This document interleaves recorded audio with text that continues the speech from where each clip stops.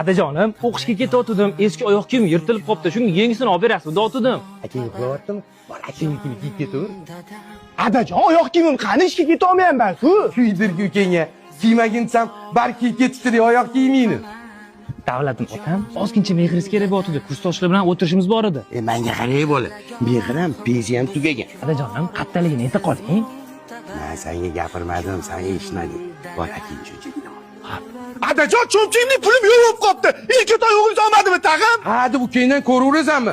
Balki ko'cha-ko'chada tushirib qo'ygandirsan. Bilib qo'ygin. Ukangning unaqa odati yo'q. Yonini ovurisiz, hali o'sha o'laman-ku. Ko'radi menda. Kuydirgini orqasida ben turgan ekanman, o'sha bo'psan. O'tni qo'lda ushlagan ekan. Ilm olsin odam bo'l. Da'vat bo'la qolsang-chi. Yetib keldi. Adam uxlayotgan ekanlar. Yo'lchaxonaga chiqib ketdim. Toshmam yoqqa. Tashladim. Tuflini yirtib keldi.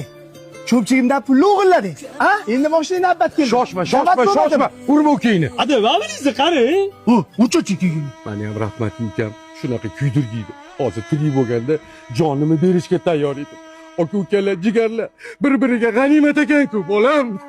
To'g'ri aytasiz, Adajon. Kuydirgi bo'lsa ham ukamni boriga shu. Kela qolibki jonim o'zimga. Ukam jonim ukam, mani mehribonim ukam.